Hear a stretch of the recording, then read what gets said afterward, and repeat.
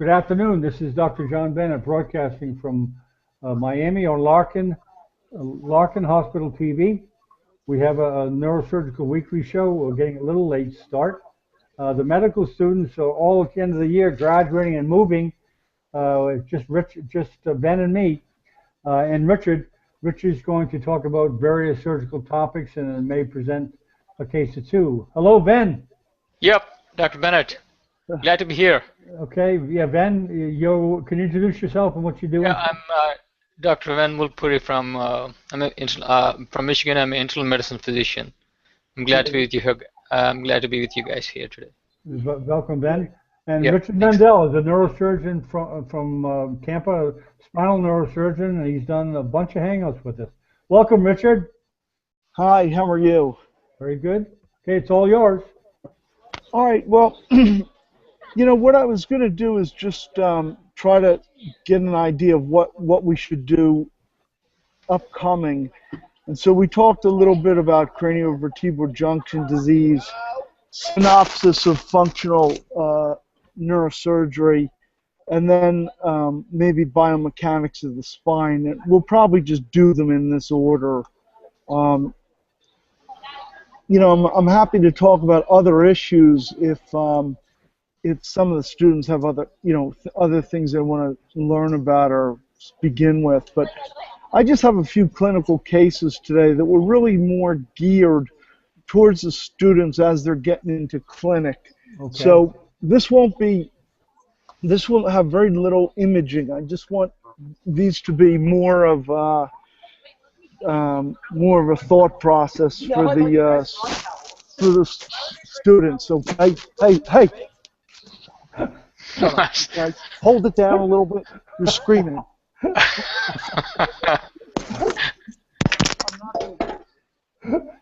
What is that doctor's name? He's from. I mean, Carlos is going to come now. yeah, I thought maybe Carlos interrupted from.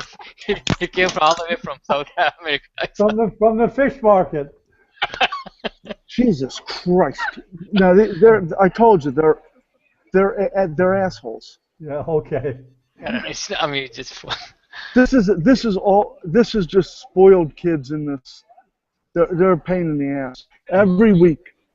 All right, so the first case is just a 24-year-old right-hand dominant female who slips on a wet floor while working as a waitress. So the right foot pain begins immediately with 0 out of 5 strength in the right tibialis anterior and the extensor hallucis longus strength. But she's got 3/5 power in the right foot everters and decreased sensation and pinprick on the dorsum of the foot, which was especially pronounced in the web space between the first and second toes. So, you know, this is a big tip-off for the students, testing the web space between the first and second toes. The first step really isn't to order an MRI. Right. The first step is to examine the patient, because once you get that web space between the first and second toes, and it's clear that that's the numbness and that the numbness is more pronounced there, you have a good idea that this is not a root problem, but rather a nerve problem branching off the peroneal nerve. Okay.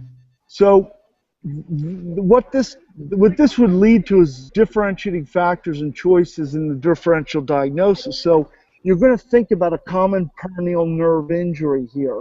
It's going to be different than an L5 radiculopathy because foot eversion is not effective. And it could be also very similar to a superficial nerve, common peroneal nerve palsy. So in the common peroneal nerve injury, you're going to see weakness in the tibialis anterior and extensor hallucis longus. And you'll see moderate weakness of the right foot inversion. That's a spell check problem.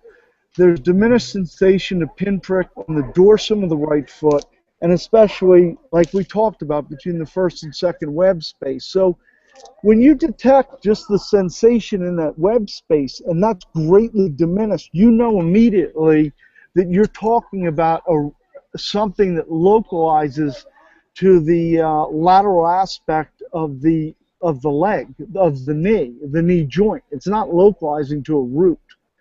So that can save you a lot of effort. And you know, the problem here is that now that everybody in the world gets an MRI as a knee-jerk response, what you're going to see is that they're going to have some degenerative changes at 4 or 5. And you know, if you're not forced to think about it, the person can end up getting a microdiscectomy or a lumbar decompression at 4 or 5 that is the last thing they need, because this is going to get better on its own. It's just a contusion to the root. So basically, this is a patient who over time is going to get better on their own and needs no surgical intervention. And it's very easy to distinguish just by the examination. So this is an example of a patient who really doesn't need anything but to conservative management for a while, and that contusion to the nerve is eventually going to improve. You could follow it with EMGs as well, but you know, it's something that needs to be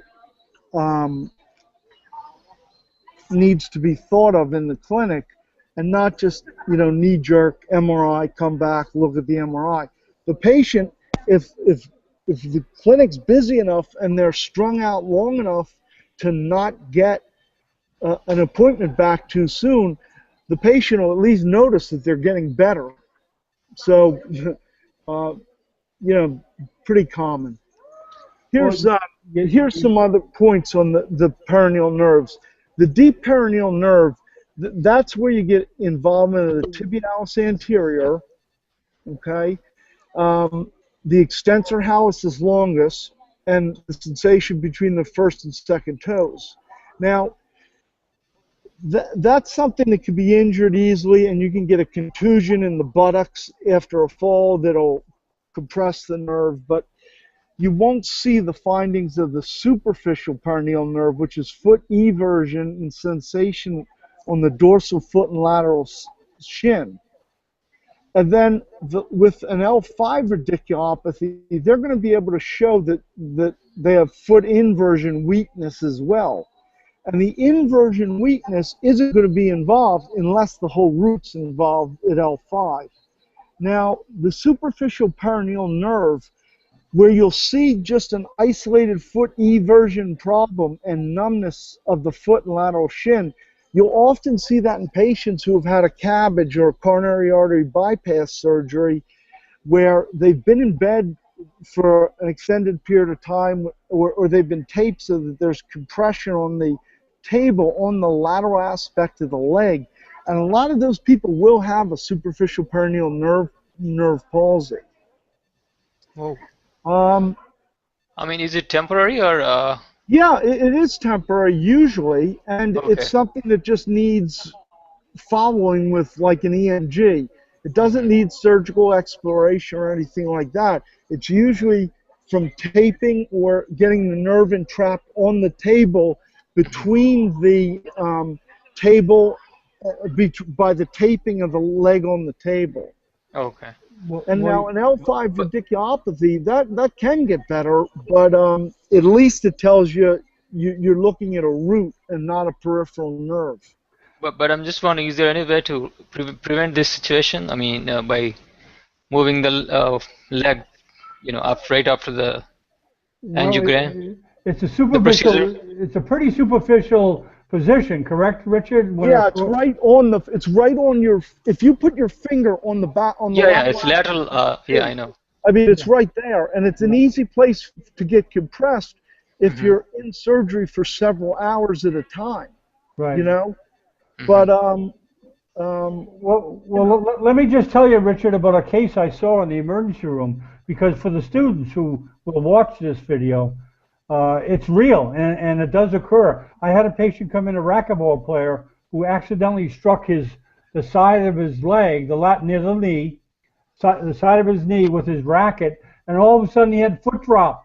And of course, Yeah, of course, he was horrified. He came to the emergency room, and I gently told him, I said, look, you contused your common peroneal nerve. It'll just come back. And he was so relieved. And that's what in fact happened. yeah, It's scary. yeah, It's scary. It's really scary. yeah. But the point, the whole point is that you could get a foot drop, but not be at the root level. That, Right. you can be at a superficial or bifurcation portion of the nerve, and you could see a foot drop. But the thing is that the foot inversion should have been intact, and it probably was. Hmm. So, um, let's see. Here's another one. This is a 45-year-old male, status post several weeks stay in the ICU for DKA. That says SK, but should be diabetic Yes. ketoacidosis Okay. Okay. and severe bilateral pneumonia after transferring to regular floor bed. He noticed weakness and numbness in the left leg, with numbness and tingling over the anterior thigh down to the medial calf above the foot.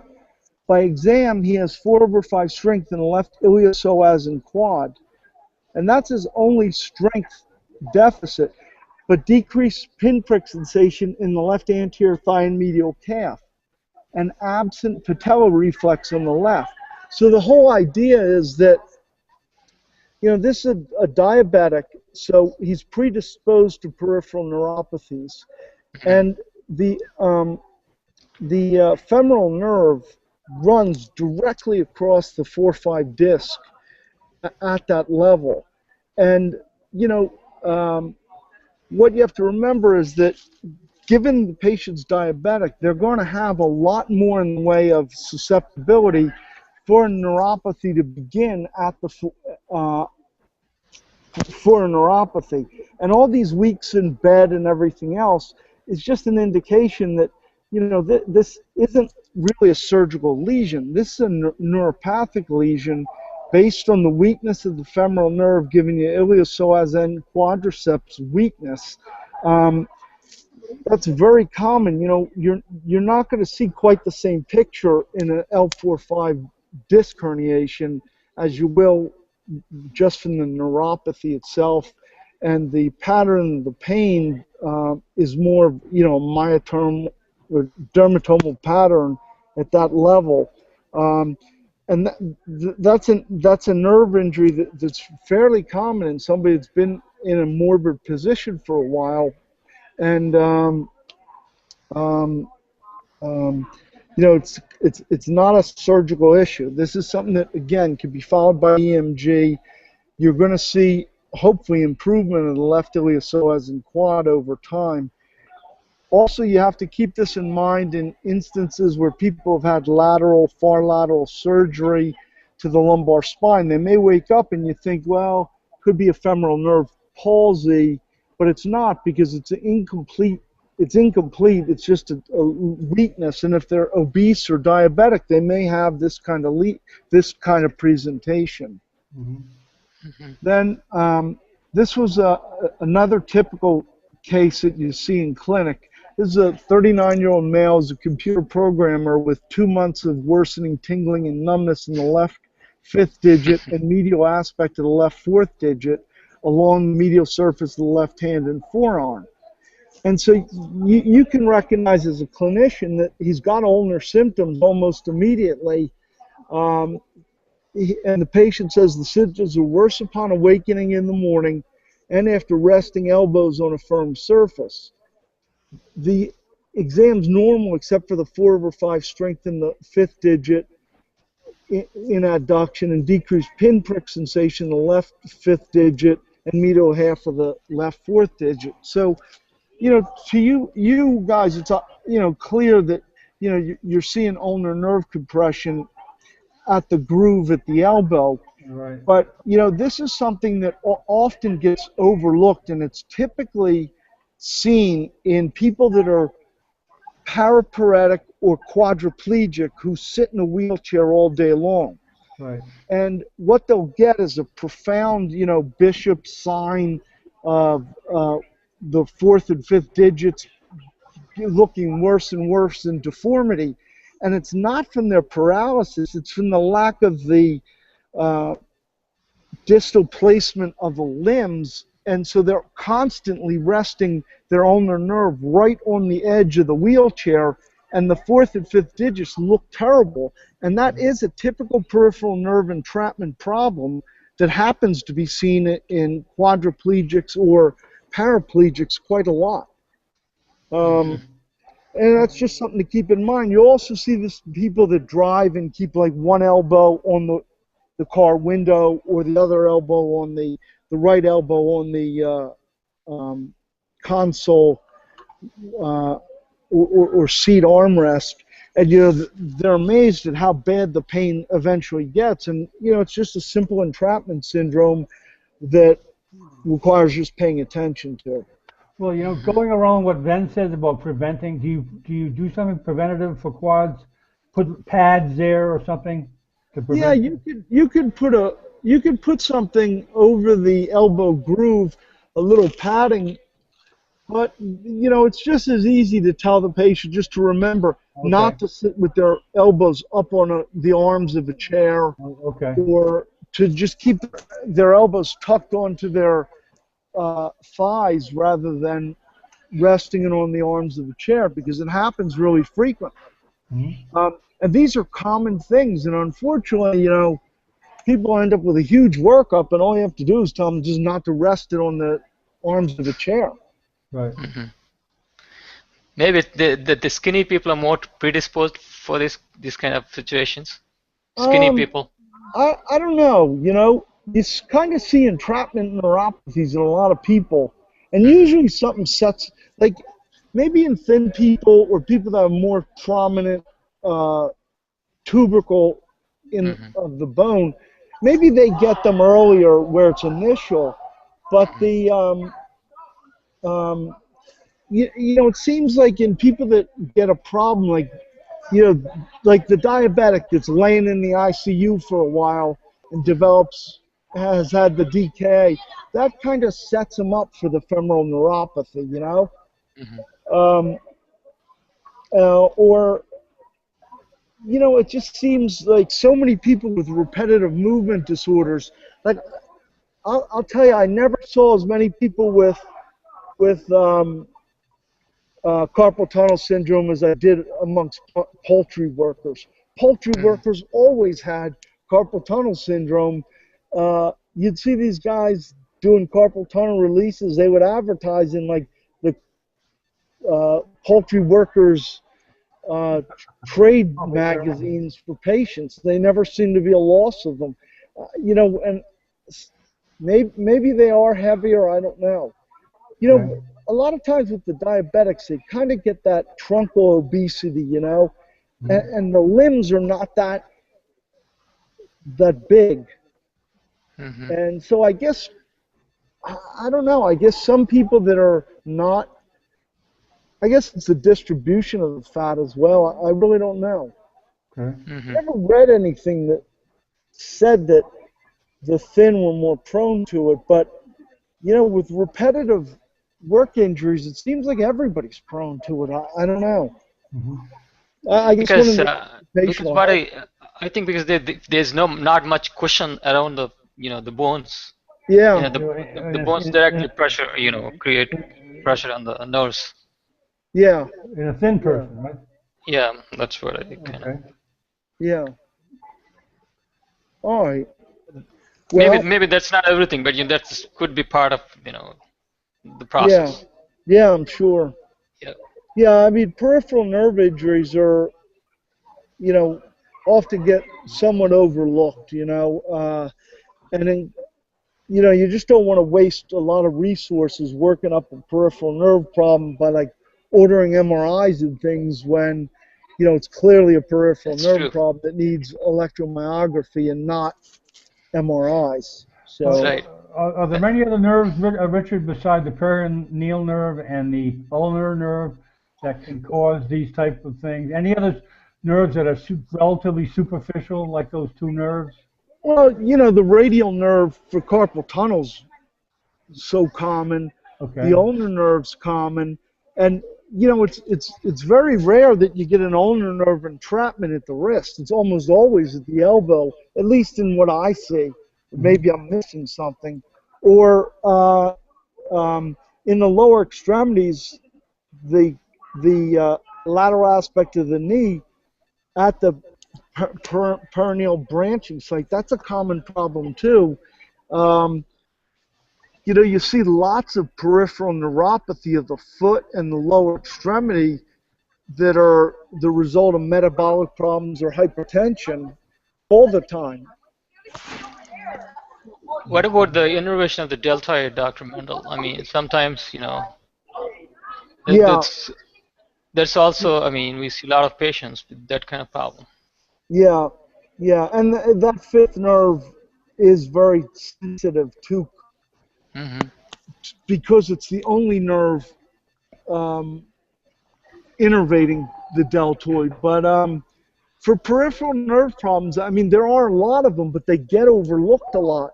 You know, you often will see older people that have diabetes or hypertension that lose their proprioceptive sense, and the gait they develop is a really unusual looking gait with high steppage. And it's not because of a central problem, it's because they don't know where the foot is in space. They don't know where to place it, so they lift their leg high and put it down. What they do in a slow manner that looks funny, not because of a central problem, but because, you know, they're just not getting any proprioceptive feedback. And it's also a common problem in people that have balance difficulties because they just no longer feel where their foot is. So, Yep. yeah. I mean, you know, in clinic, you know how a clinic is. You have to think a lot, but outside your specialty too. Just because you're a surgeon, you don't want to be looking at surgical cases, non-surgical cases, as if they're surgical. They're not. I mean, you got to be able to rule out quickly what is surgical pathology and what is not surgical pathology and get it to the right place, not just mindlessly order an MRI after MRI, you know. So, so That happens a lot, you know, a lot of this. all the time, all the time. So much wastage. And I think it's a function of the density of the MRI centers in the area. There's 1,000 MRI centers, you're going to have 1,000 times more MRIs than you need. So I can't tell you the volume of thoracic spine MRIs I see a year that are needless. It's got to be approaching 95%. Oh. You know, people just say, oh, we'll get a cervical MRI, get a lumbar MRI. Oh, you might as well do the thoracic as well. Not really. You know, the ribs really prevent any significant motion in the thoracic spine, and unless you have good findings to correlate to it, I think just including the thoracic spine as a survey study is a tremendous waste of time. Well, you know, as an ER physician, Richard, ex-ER physician, we didn't order MRIs. We let the neurosurgeon order them. You know, we'd order the spine, of course, but we would never order an MRI unless the neurosurgeon says get it. Yeah. Well, you know, it takes time in the ER, and obviously, there's, you know, you want to get answers quickly. But that would be an inpatient procedure, or the neurosurgeon would request it. I mean, that's an elective procedure, actually. That's not an emergency. Yeah, it's not done commonly in the emergency room. Well, that's the problem, is that, you know, people think of emergencies now as things they want an answer to immediately, and not as a life-threatening thing. ER doctors have really been relegated to being de facto primary care physicians. I mean, if nobody has insurance, they just show up in the ER and get worked up. You know, they show up for sore throats. They show up for everything. Right. Yeah. So it's difficult. It's hard. I guess it's probably pretty hard for an emergency room physician to transition into day-to-day practice where they're you know, just the primary care. You know, one thing I'll say about that, Richard, is that as an emergency physician, when you have a patient like that, hospital administration has a say in the matter, believe it or not. And if you don't want to work up a patient completely, they're in complete agreement because they save money, essentially, by getting the patient out the door. Without, like you say, of course, you first determine it's not an emergency, and if it's not, well, follow up in clinic in 2 weeks, 3 weeks, whatever. And they don't fight you on that. I never want to give any credit to any kind of hospital administrator. The only kind of hospital administrator that's good is dead. We'll have to include an administrator in the next hangout. That's funny. Okay, Richard, those are the cases? Yeah, those are just for the students. But I think what I'll do is I'll look at probably do functional or craniovertebral next and go from there. It'll just be like a synopsis of the things to look for. Okay. Well, I'm Dr. Mendel, these are the frequent causes, or you just presented because they're interesting? I'm just wondering, sometimes they could be infectious also, right? This peripheral these were just for, these are really more geared towards the students that were coming to clinic the first time.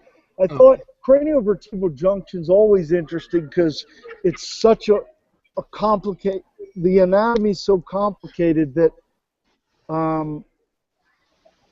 you always want to keep the craniovertebral junction in mind because they can present with strokes, they can present with infectious disease, they can present with almost anything. So that's an unusual area. And then the functional neurosurgery is always interesting just because you learn how much is